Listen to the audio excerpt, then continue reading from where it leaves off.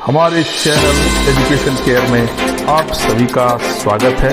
लीजिए, हमने एक नया टॉपिक लाया है, धारिती प्रत्यावर्ती परिपथ के लिए प्रतिघात की गणना करना। कि जब हमारा परिपथ में केवल और केवल संधारित्र हो, ऐसा इसकी धारिता जो है हम लोग क्या मानते हैं, सी मानते हैं। इसके सिरों पर आरोपित विभवांतर को हम लोग क्या लिखते हैं, V is equal to V0 sine omega t. बताया था। इसमें बहने वाली धारा को मैं क्या बोल रहा हूं, I बोल रहा हूं। और जब हम लोग इसको आवेशित करते हैं तो इसमें जो आवेश संचित होता है उसको हम लोग क्या बोल रहे हैं, Q। ठीक है। और हमको ये बात पता है कि संधारित्र में जो संचित आवेश होता है उसको हम लोग क्या लिखते हैं, Q बराबर C इंटू V। कितना लिखते हैं। आपने प्रत्यावर्ती वोल्टेज कितना अप्लाई किया, V is equal to V0 sine omega t. इसलिए इस परिपथ में बहने वाली धारा I बराबर dQ अपान dt। ठीक है। तो हम लोग यहां पर मान रखेंगे Q का, तो ये हो जाएगा d बाई dt। और V का, Q का मान कितना होता है, C इंटू V। तो C को बाहर निकाल दीजिए, d by dt V that is equal to C d by dt। V का मान कितना है, V0 साइन ओमेगा टी। तो हमको यहां पर क्या मिलेगा, C। इसको सॉल्व करेंगे, V0 omega cos omega T. ये किसका अवकलन है, साइन ओमेगा टी। किसका अवकलन है, साइन ओमेगा टी का। ठीक है। अब देखिए यहां पर आपको मिल गया CV0 omega into cos omega T. किसका मान मिला है, ये I का मिला हुआ। अब ये जो हमारा मान है इसको हम लोग क्या मानते हैं, इसको हम लोग मान लेते हैं I0 बराबर I0 कॉस ओमेगा टी, या हम इसको लिखेंगे I0 sine pi by 2 plus omega T.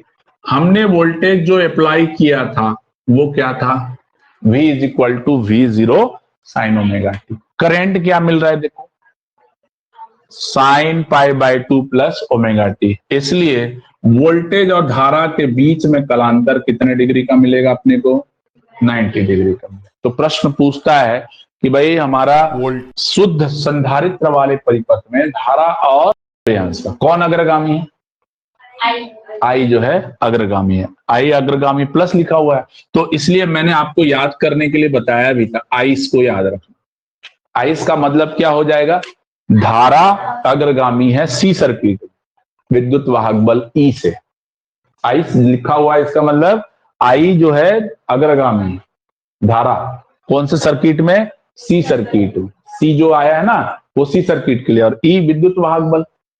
ठीक है। तो उस हिसाब से आप याद रखेंगे। तो कलांतर 90 डिग्री मिल गया। धारा का समीकरण क्या बोला, ये मिल गया। क्लियर है। अब इसके बाद जो है आपको I0 जो हमने यहां पर माना हुआ है उसको थोड़ा विस्तार से देखना पड़ेगा। वहीं यहां तक मैं बताया था कल। हाँ, तो क्या मिल रहा था अपने को, I0 इज इक्वल टू क्या मिल रहा था, CV0 ओमेगा, ऐसा कुछ मिल रहा था। आपने माना था ना, यहां पर एक समीकरण मिला था अभी। ठीक है। तो I0 बराबर CV0 और ओमेगा। इसको हम लोग ऐसा लिख सकते हैं क्या, 1 अपान ओमेगा C बराबर V0 अपान I0 लिख सकता हूं। इसको इधर ले आया, इसको इधर ले आया। अब इसकी तुलना V अपान I बराबर R, ओम का नियम है, याद रखिए। दिख रहा है आपको, V बटे I बराबर R होता है, पढ़े हो ना ओम का नियम।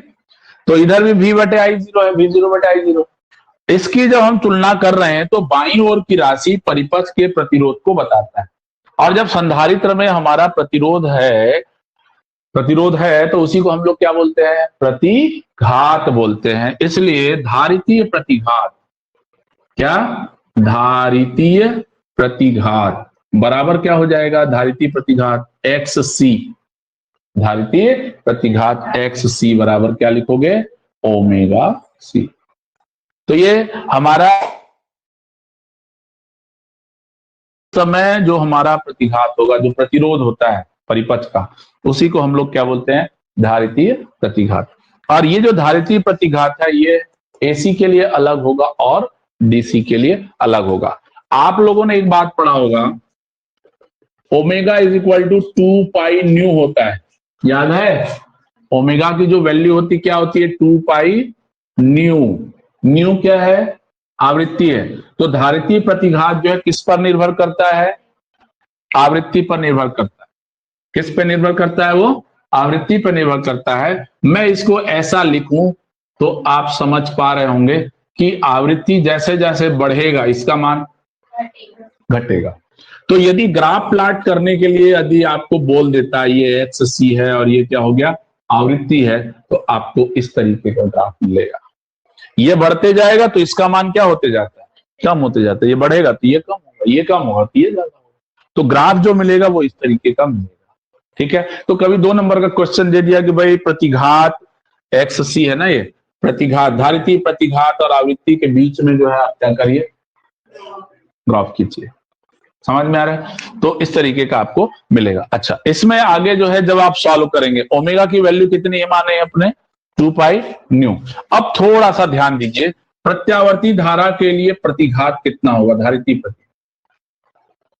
धारितीय प्रतिघात क्या होगा बताइए? प्रत्यावर्ती धारा के लिए आवृत्ति कितनी होती है?